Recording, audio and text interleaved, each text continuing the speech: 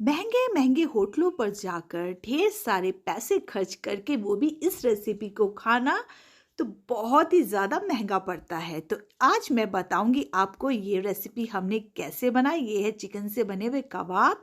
तो hello friends, मैं हूँ आशु और आपका स्वागत है इंडियन बेक्स एंड टेस्ट में।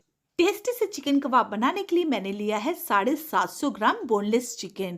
अब हम इस पे कुछ मसाले ऐड करेंगे। तो नमक मिलाएंगे हम टेस्ट के अकॉर्डिंग, जिससे कि हमारे कबाबों में भी नमक अच्छे से रच जाए। और हाफ टेबल स्पून के करीब काली मिर्च, जीरा पाउडर ऐड करेंगे, धनिया पाउडर ऐड करेंगे 1.5 चम्मच के करीब, और साथ में गरम मसाला पाउडर। हरी मिर्ची मैंने 3 रफली काट के यूज़ की है, और साथ में एक मीडियम साइज के प्याज का मैंने यूज़ किया है। तो प्याज को मैंने लंबे लंबे स्लाइस में कट करके यूज़ किया। अब 1 से 1.5 चम्मच डालेंगे हम इस पे लहसुन अदरक का पेस्ट, काफ़ी सारा धनिया, और एक मुट्ठी भर के हम इस पे डालेंगे पुदीना। और आधे नींबू के जूस का मैं इस्तेमाल कर रही हूँ। नींबू का साइज़ काफ़ी बड़ा है, तो आधा ही काफ़ी है हमारे कबाब बनने के लिए।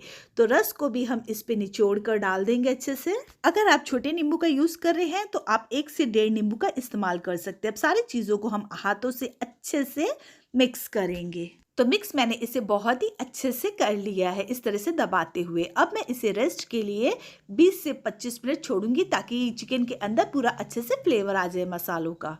तो चिकन को रखे हुए 25 मिनट हो गए। अब मैं लूँगी एक मिक्सर जार, और मिक्सर जार के अंदर डालूंगी चिकन को जो हमने मैरिनेट करके रखा था। क्या है, मैं इसे 2 बैचेस में ग्राइंड करूँगी। तो साथ ही में मैं डालूंगी ब्रेड। इससे क्या होगा, हमारे कबाब की बाइंडिंग बहुत ही अच्छी होगी। तो मैं 2 ब्रेड के स्लाइस का यूज़ कर रही हूँ। ज़रूरत पड़ेगी तो हम 3 ब्रेड के स्लाइस का भी यूज़ कर सकते हैं। तो कबाब के मिक्सचर को मैंने मिक्सर जार में ग्राइंड कर लिया है, और ये कुछ इस तरह का है। और अंदर से नरम बने तो मैं डालूंगी इस पर 2 से 3 चम्मच मक्खन। इससे क्या होगा, हमारे कबाब अंदर से बहुत ही सुपर सॉफ्ट बनेंगे। तो मक्खन को भी हम अच्छे से हाथों से मिक्स कर लेंगे अपने कबाब में। और कबाबों को कुछ इस तरह से, थोड़ा सा इस तरह से, जैसे मैं पटकते हुए थोड़ा सा मिक्स करिए, बस इसी तरह से आपको मिक्स करना है। तो मिक्स मैंने इसे अच्छे से कर लिया। अब मैं लूँगी टिक्का स्टिक। ये पनीर टिक्का स्टिक है। अगर आपके पास ये नहीं है तो आप कोई सिलाई भी ले सकते हैं, स्वेटर बुनने वाली, या फिर कोई पेंसिल भी ले सकते हैं। तो इस तरह से हम मिक्सचर लेंगे जितना हमें कबाब बनाना है। अब बस स्टिक पर हम इस तरह से इसे लगा देंगे, और इसको इस तरह से स्टिक पर जैसे लपेटते हुए हमें इसे इस तरह से इकट्ठा करना। और ये मैंने दबाते हुए इसे एक लंबी शेप दे दी कबाब की। अब धीरे से हम स्टिक को इस तरह से निकाल देंगे, और ये हमारे कबाब बनके तैयार। तो इसी तरह से हम सारे कबाब को बनाकर प्लेट पर रखते जाएंगे। अगर आपके पास सिलाई भी नहीं है, पेंसिल भी नहीं है, तो मैं आपको बताती हूँ हाथ से कैसे बनाना है। तो ज़रूरत के हिसाब से हम मिक्सचर को लेंगे और हाथों पर इस तरह से रोल करते हुए लंबे आकार की इसे शेप देंगे। और ये देखिए, ये भी एकदम इस तरह से जैसे कबाब बने थे ना, मैंने सीख वाले बनाए थे, उसी तरह से ये सारे हाथ से भी बनाकर हमने रेडी कर लिए हैं। अब इसे करेंगे हम शैलो फ्राई। तो उसके लिए पैन पर हम थोड़ा सा डालेंगे तेल, नॉर्मल कुकिंग ऑयल, और साथ में डाल देंगे काफ़ी सारा मक्खन। अब एक एक करके हम कबाब को पैन पे रखते जाएंगे, और सारे कबाबों को हम अच्छे से गोल्डन ब्राउन होने तक सेकेंगे।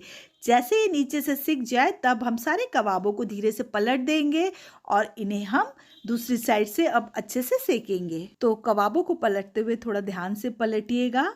तो सारे कबाब देखिए इस तरह से मैं बारी बारी करके पलट लूँगी, और थोड़ी देर में ये नीचे से भी फ्राई हो जाएंगे। तब हम इनकी वॉल्स को इस तरह से फ्राई करेंगे। तो सारे कबाबों को इस तरह से हम खड़ा कर देंगे, और इनके जो वॉल्स है ना साइड के, इनको हम अच्छे से फ्राई होने देंगे। क्या है कि चारों तरफ से कबाब हमारे अच्छे से फ्राई होने चाहिए, तभी हमारे कबाब पूरी तरह से प्रॉपर पकेंगे।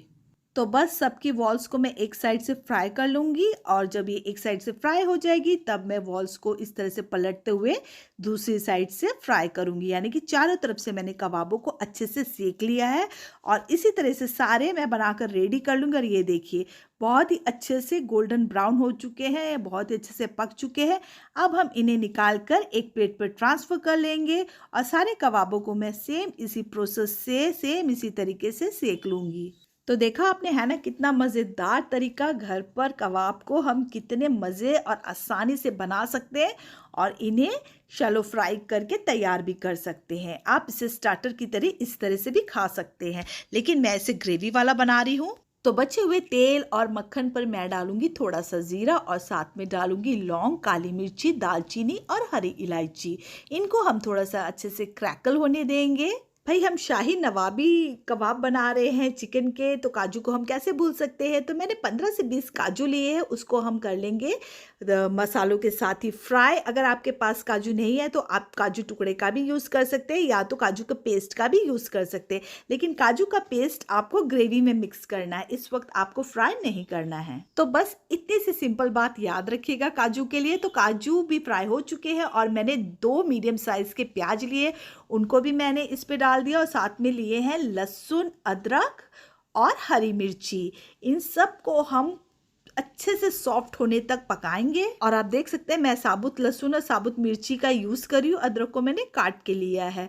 तो मैंने 1 से 1.5 मिनट तक इसे पका लिया। इसी तरह से अब मैं थोड़ा सा पानी डाल के इसे 2 मिनट के लिए ढक के पकाऊंगी। और 2 मिनट बाद हमारे जो भी प्याज मसाले वगैरह वो अच्छे से सॉफ्ट हो चुके हैं। अब हम कर देंगे गैस के फ्लेम को ऑफ और इसे हम अच्छे से ठंडा होने देंगे, क्योंकि हम इसको पीसने वाले हैं मिक्सर जार में। तो प्याज हमारा अच्छे से ठंडा हो चुका है। अब मैंने इसको पीस लिया है मिक्सी में और इसका एक पेस्ट बना लिया। फिर से हम पैन में डालेंगे तेल और काफ़ी सारा मक्खन, क्योंकि मक्खन से ही मज़ा आने वाला है इस कबाब की रेसिपी का। मक्खन के अच्छे से गर्म होने के बाद हमने जो पेस्ट रेडी किया था प्याज और काजू का, लहसुन अदरक का, उसको हम इस पे ऐड कर लेंगे और अच्छे से मिक्स करेंगे। वैसे तो हमारा मिक्सचर पूरा पका हुआ है, अच्छे से हमने सॉफ्ट कर ही लिया था, गला लिया था, लेकिन हम इस पे तड़का बनाने के लिए भी अच्छे से कुक करेंगे। तो मैं 2 से 3 मिनट तक इसे कुक करूँगी। अब इस पे मसाले मिलाएंगे, तो मैं नमक इस पे मिलाऊंगी और साथ में मिलाऊंगी मैं इस पर गरम मसाला पाउडर, ज़ीरा पाउडर मिलाएंगे और साथ में मिलाएंगे हम इस पर धनिया पाउडर। और थोड़ा सा मैं ऐड करूँगी इस पे हल्दी पाउडर, बिल्कुल ऑप्शनल है। अगर आप वाइट ग्रेवी पूरी खाना चाहते हैं तो आप हल्दी पाउडर ना मिलाएं, तब भी सब्जी में कोई फ़र्क नहीं आएगा। लेकिन मुझे हल्का सा कलर चाहिए, इसलिए मैं थोड़ा सा हल्दी पाउडर का यूज़ कर रही हूँ। और साथ में मैंने मिलाया इस पर काली मिर्च का पाउडर। तो बहुत ज़्यादा मसाले हमने इस पे नहीं मिलाए हैं। मसालों को हम अच्छे से मिक्स कर लेंगे और कम से कम मसालों को भी हम 1.5 से 2 मिनट तक इसी तरह से भून लेंगे। तो भुनने के बाद अब मैं इस पे पानी ऐड करूँगी, जितना ज़रूरत के हिसाब से हमें ग्रेवी चाहिए। तो अब ये काफ़ी थिक है, इसलिए मैं थोड़े से पानी का और यूज़ करूँगी। तो मैंने उसी मिक्सर जार में पानी डाल के यूज़ किया है। तो मैंने 1 कप से ज़्यादा पानी का इस्तेमाल किया है। तो पानी को भी हमने इस पे मिक्स कर दिया। पानी में अच्छे से बॉयल आ चुका है, यानी हमारी ग्रेवी में। अब बारी आती है इस पर दही ऐड करने की। तो दही जो भी आप यूज़ करिएगा बिल्कुल फ्रेश और ताज़ा होना चाहिए। बिल्कुल भी खट्टे दही का हमें ग्रेवी पर इस्तेमाल नहीं करना है। तो दही को भी हम इस पे ऐड कर देंगे और दही को हम अच्छे से मिक्स करेंगे अपनी ग्रेवी में। तो दही को भी हम कम से कम 2 से 3 मिनट तक अच्छे से पकने देंगे। फ्रेंड्स, ये रेसिपी आप जब ट्राई करेंगे तो इसका फीडबैक मेरे साथ ज़रूर शेयर करिएगा। तो ग्रेवी में बॉयल आ चुका है दही वाली में। अब हम इस पे ऐड कर देंगे बारी बारी करके अपने शैलो फ्राई किए हुए चिकन के कबाब। अब कबाब के साथ ही हम इस पे डालेंगे बारीक कटा हुआ हरा धनिया। एक बार धीरे से हम इसे चला देंगे ताकि सारे कबाब ग्रेवी में अच्छे से मिक्स हो जाए, यानी कि डिप हो जाए। और अब हम इसे ढककर पकाएंगे कम से कम 7 से 8 मिनट के लिए और गैस के फ्लेम को हम बिल्कुल लो टू मीडियम रखेंगे। अब पकते हुए इसे 7 से 8 मिनट हो गया। मैंने बिल्कुल लो फ्लेम पे इसे पकाया और आप देख सकते ग्रेवी भी काफ़ी थिक हो गई, हमारे कबाब भी बहुत ही सुपर सॉफ्ट हो गए हैं। लेकिन अब इस पे एक चीज़ करना और बाकी, क्योंकि मैं इस पे देने वाली हूँ एक बढ़िया सा ट्विस्ट। तो उससे पहले मैं इस पर मिलाऊंगी हाफ कप फ्रेश क्रीम। अगर आपके पास फ्रेश क्रीम नहीं है तो आप दूध की मलाई का भी यूज़ कर सकते हैं, लेकिन दूध की मलाई का यूज़ थोड़ा कम ही करिएगा। लेकिन कोशिश यही करिएगा कि आप फ्रेश क्रीम का ही यूज़ करें। तो फ्रेश क्रीम को भी हम कबाबों में और ग्रेवी में अच्छे से मिक्स कर लेंगे और इससे एक बॉयल आने तक हम कुक करेंगे। अब ट्विस्ट ये है कि मैं इसे देने वाली हूँ तंदूरी फ्लेवर।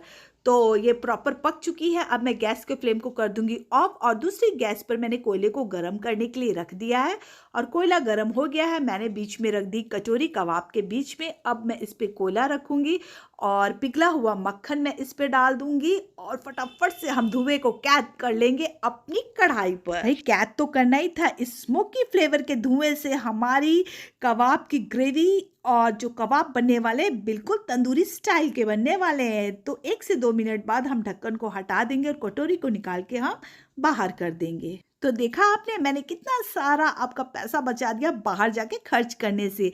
तो इसी सी रेसिपी हमने घर पे बना ली कबाब की। तो फ्रेंड्स, वीडियो को ज़्यादा से ज़्यादा लाइक करें और अपने फ्रेंड ग्रुप, फैमिली ग्रुप में शेयर करें और चैनल को सब्सक्राइब करना बिल्कुल भी ना भूलें।